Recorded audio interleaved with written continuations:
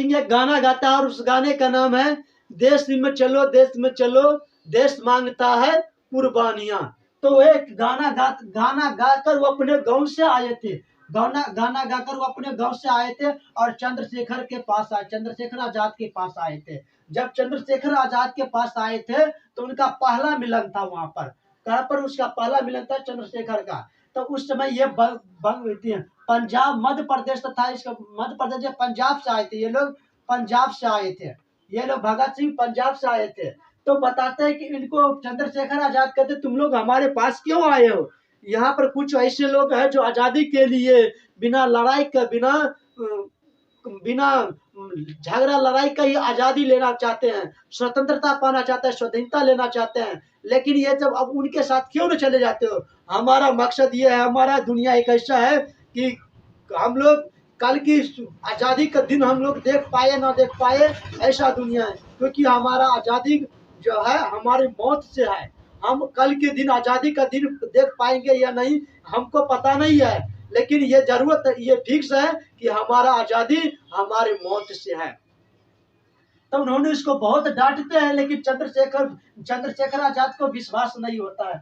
लेकिन फिर भी इसको बहुत कुछ करने के पश्चात ये भगत सिंह कहते हैं कि आपको हम मैं जानता हूँ कि ये देश जो है आजादी के लिए कुर्बानी की जरूरत है। ये शांति से ये देश में आजादी मिलने वाला नहीं है। शांति से आजादी पालेंगे, ये शांति से कुछ होने वाला नहीं है। ये देश जो है आजादी के लिए कुर्बानी मांगता है, कुर्बानियां चाहिए।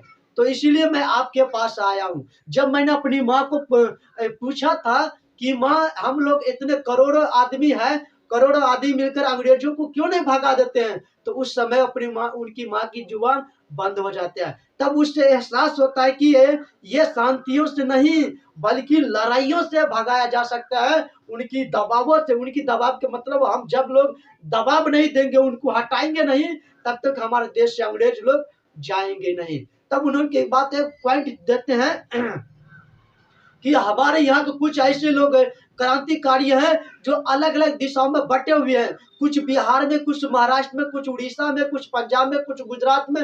सब लोग क्रांतिकारी अपनी अपनी जगह पर क्रांति कर रहे हैं, लेकिन हम लोग कभी इकट्ठा होकर क्रांति नहीं करते। जिस दिन इकट्ठा होकर क्रांति करेंगे ना, उसी दिन अंग्रेजों को अपने देश से जड़ से उखाड़ कर फेंक देंगे। तो इस बात को उन्हें एहसास हुआ, लेकिन फिर भी चंद्रशेखर आजाद को इस बात से बिलीव नहीं हुआ कि ये हमारे साथ कार्य कर सकता है कि नहीं। तब उन्होंने कहा कि आप क्या जानते हैं कि मैं तारका सिंह और खुदीराम बोस की तरह कार्य नहीं कर सकता हूं। मैं उसी बात को साबित करने लिए, किस बात को? तारका सिंह और खुदीराम बोस की तरह ये साबित करना चाहता हूं कि अपने देश के लिए मैं कुछ करना और कुछ गुजरना चाहता हूं, कुछ करके गुजरना चाहता हूं। तब उन्होंने कहा, यदि आपको विश्वास नहीं होता है तो मैं इस अग्नि की कसम खाता हूं कि मैं आपके साथ रहूंगा और इस देश के लिए अपना जीवन बलिदान दूंगा।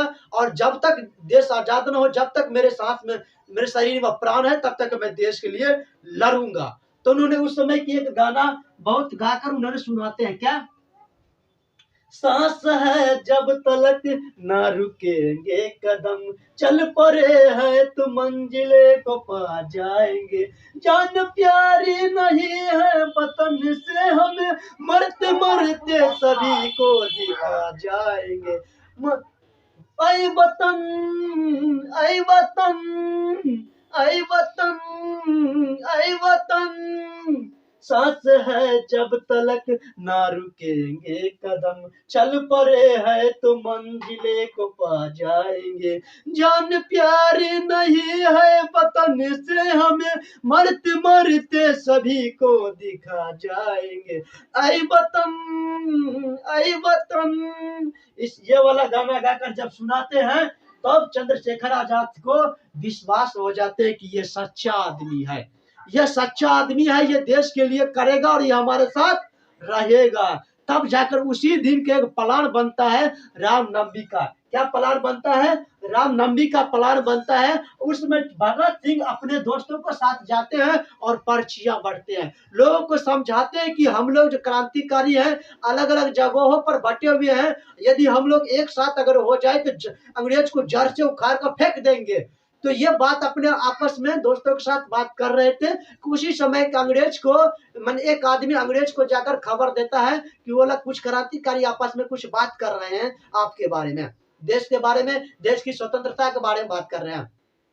तो जैसे वो अंग्रेज फिरंगियों वहां पर पहुंचते हैं तो उस समय कौन, भगत सिंह, रामनवमी का टाइम था, उसको आग लगाने था, राम आग लगाते हैं ना रावण में, तो उस समय अपने गोलियों से ही उसमें आग लगा दिया, जिसमें भगदड़ मच गए। और भगदड़ करने के पश्चात सभी लोग अपने अपने जगह पर पहुंच गए, सभी के मतलब सभी अपने साथियों के साथ पहुंच गए। तब जाकर दूसरे दिन जब हुआ तब उन्होंने बगल में बताते हैं, भगत सिंह और चंद्रशेखर अपने कंधों पर आकर हाथ देता है और उनके कुछ कहानियां सुनाते हैं। तब उनको बताते हैं कि तुमने जो किया है वो बिल्कुल सही किया है, क्योंकि चंद्रशेखर आजाद कहते हैं भगत सिंह को, तुमने जो किया है सही किया है। क्योंकि एक बात ध्यान रखो कि जब तक हम अंग्रेजों से चालाकी नहीं रहेंगे, सतर्क सतर्क मतलब चालाक से काम नहीं करेंगे ना, तो वो तब तक वो हमें आजादी मिलने वाला नहीं है। और डटकर भी मुकाबला करना है, समझ गए ना। तुम्हें चालाकी और बहादुरी की जरूरत होता है। तुमने बहुत अच्छी बहादुरी से लोगों को, अपने साथियों को बचाया। उसी समय ये आजाद सिंह का जो है, आजाद वर्ड जो है, उस समय कहानियां सुनाते हैं, किसको, भगत सिंह को सुनाते हैं कि एक बार मैं 15, ये भगत सिंह चंद्रशेखर भगत सिंह को सुनाते हैं कि एक बार की बात है, मैं 14-15 साल का मैं उम्र था मेरा। उस समय गांधी जी सत्याग्रह चला रहे थे, तो उस समय कुछ अंग्रेज बहुत मार रहे थे भारतीय लोगों को। तो मैंने पत्थर उठाया, एक अंग्रेज अफसर को कपार फोड़ डाला और पहुंच गया अस्पताल। और मैं पहुंचा मजिस्ट्रेट के पास, मजिस्ट्रेट के पास पहुंचा। तब वहां पर कड़क कर बोलता है, क्या नाम है? तो मैंने भी बोला कि मेरा नाम क्या है, आजाद। मेरा नाम क्या है? आजाद है। कि पिता का नाम क्या है? स्वतंत्रता। क्या नाम है? स्वतंत्रता। कहाँ पता है? जेल खाना। क्या है? जेल खाना। तो हमारी आवाज सुनकर उनको भयभीत नहीं बल्कि वो डर गया। तब उन्होंने डर गया तो उन्होंने सिर्फ 15 कोड़ी मारने का आदेश दिया। तो जब 15 कोड़ी मारते थे कि हर कोड़ी पर मैं वंदे मातरम, इनकलाब जिंदाबाद, इनकलाब जिंदाबाद, वंदे मातरम, वंदे मातरम।